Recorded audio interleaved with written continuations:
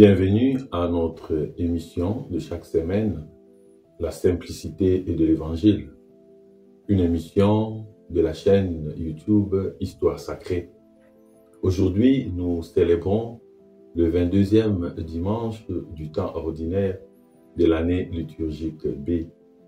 Avant d'écouter l'Évangile du jour, prions pour que le Seigneur nous aide à comprendre le mystère de sa parole et à pouvoir vivre en enfant de Dieu pendant ce temps de la méditation. Jésus, Fils du Dieu vivant, seule ta grâce peut me sauver et me délivrer. Tu sais combien ma volonté est faible et mon cœur inconstant. Mon passé me domine, mes habitudes me limitent. La tentation m'attire. Le futur me rend prisonnier de la peur et de l'angoisse. Mais tu es mon espérance, tu es mon libérateur. Tu as ce pouvoir, ne me laisse pas capituler au combat, ni me contenter de la médiocrité. Répands ta grâce en mon cœur, et je serai alors réellement libre. Je te le demande, ô Sauveur ressuscité, car maintenant tu règnes avec le Père dans l'unité du Saint-Esprit pour les siècles des siècles. Amen. Aujourd'hui, nous allons méditer sur l'Évangile de Saint Marc, au chapitre 7, du 1er au 8e verset, et du 14e au 15e verset, y compris du 21e au 23e verset. Les pharisiens et quelques scribes étaient venus de Jérusalem. Ils se réunissent autour de Jésus et voient quelques-uns de ses disciples prendre leur repas avec des mains impures, c'est-à-dire non lavées. Les pharisiens, en effet, comme tous les Juifs, se lavent toujours soigneusement les mains avant de manger. Fidèles à la tradition des anciens et au retour du marché, ils ne mangent pas avant de s'être aspergés d'eau et ils sont attachés encore par tradition à beaucoup d'autres pratiques. Lavage de coupes, de cruches et de plats. Alors les pharisiens et les scribes demandent à Jésus: « Pourquoi tes disciples ne suivent-ils pas la tradition des anciens?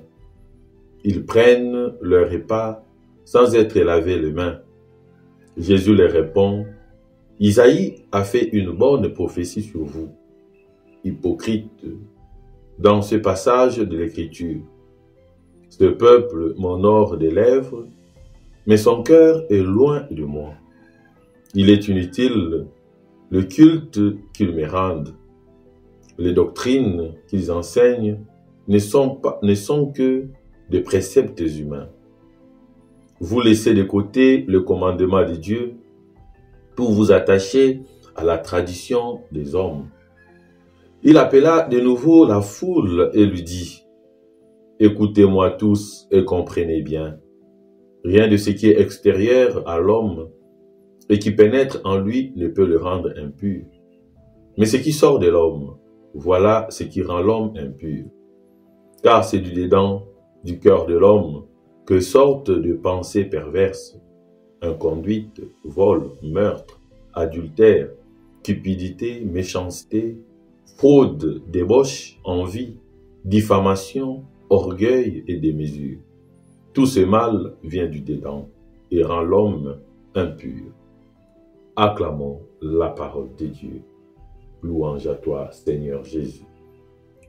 Aujourd'hui, Jésus sépare clairement l'extérieur de l'intérieur.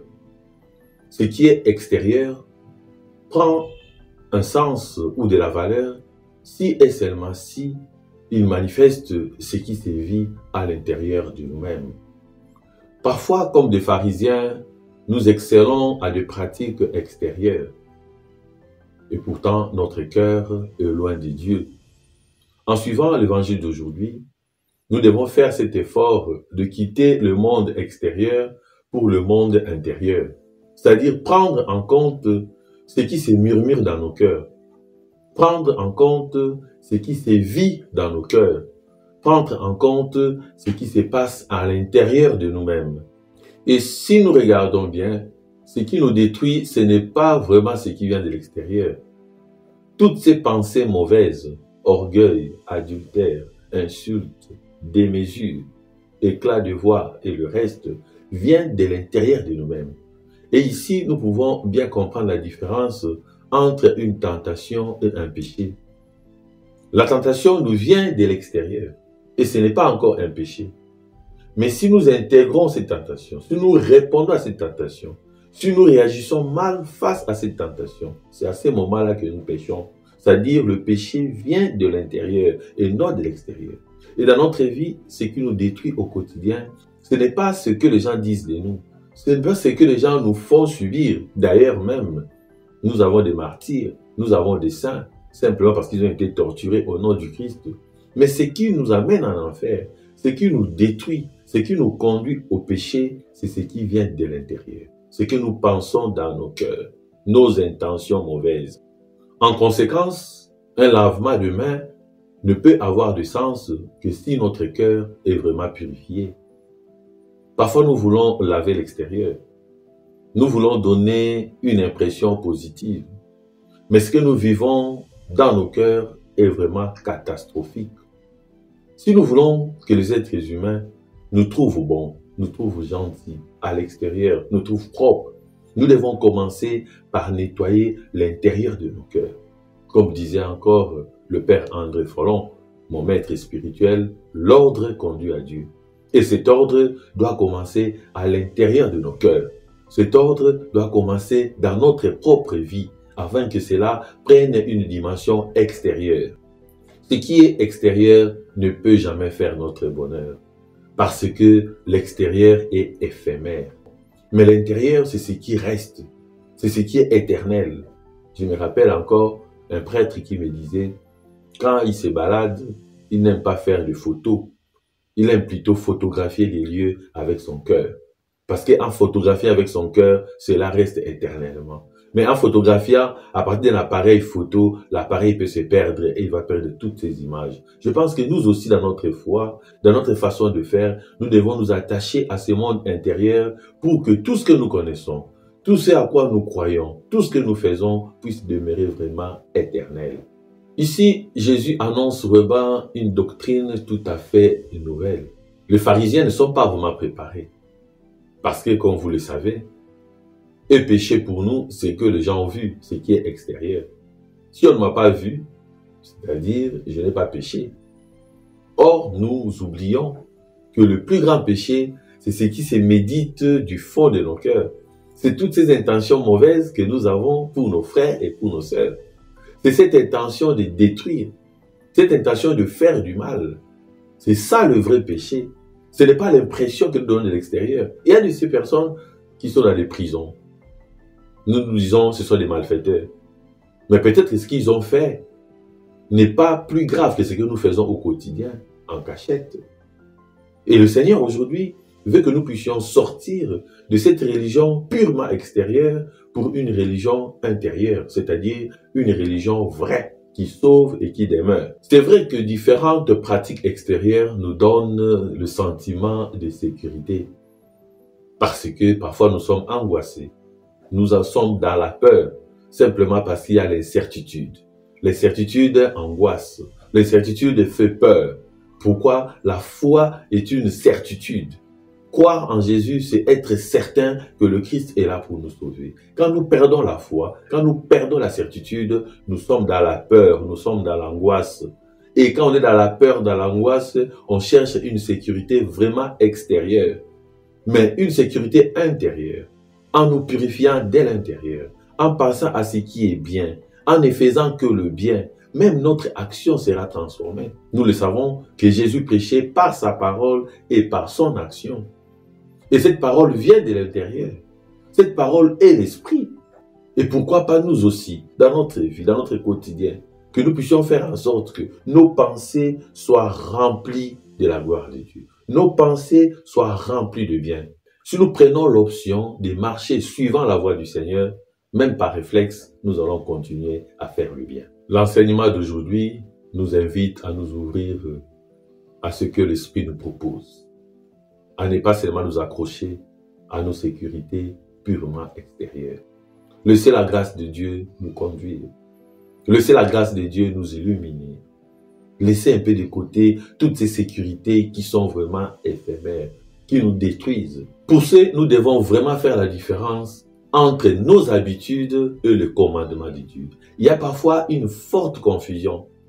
J'ai l'habitude de faire ceci ou cela. Chez moi, le plus souvent, nous faisons ceci ou cela. J'aime faire ceci ou cela. Ce n'est pas pour autant dire que Dieu veut cela.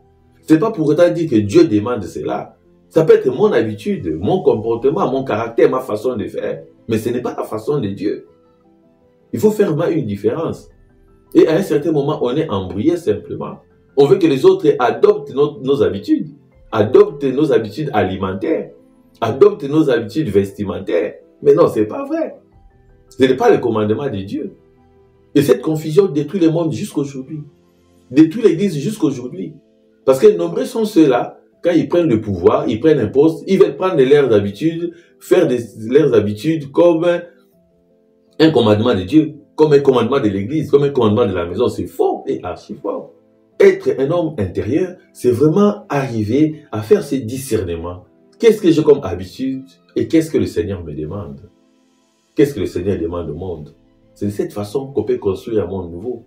Un monde vrai et sincère. Et vous comprenez avec moi, après cette méditation, que notre piété ne consiste pas seulement à laver nos mains, mais à garder nos cœurs sans souillure. Nous allons prier que ce Dieu qui nous aime puisse nous convertir, puisse nous aider à faire une nette différence entre nos habitudes et ses commandements, puisse nous aider à être tolérants envers les autres, puisse nous aider à prier pour la solidarité, la fraternité et l'amour du prochain.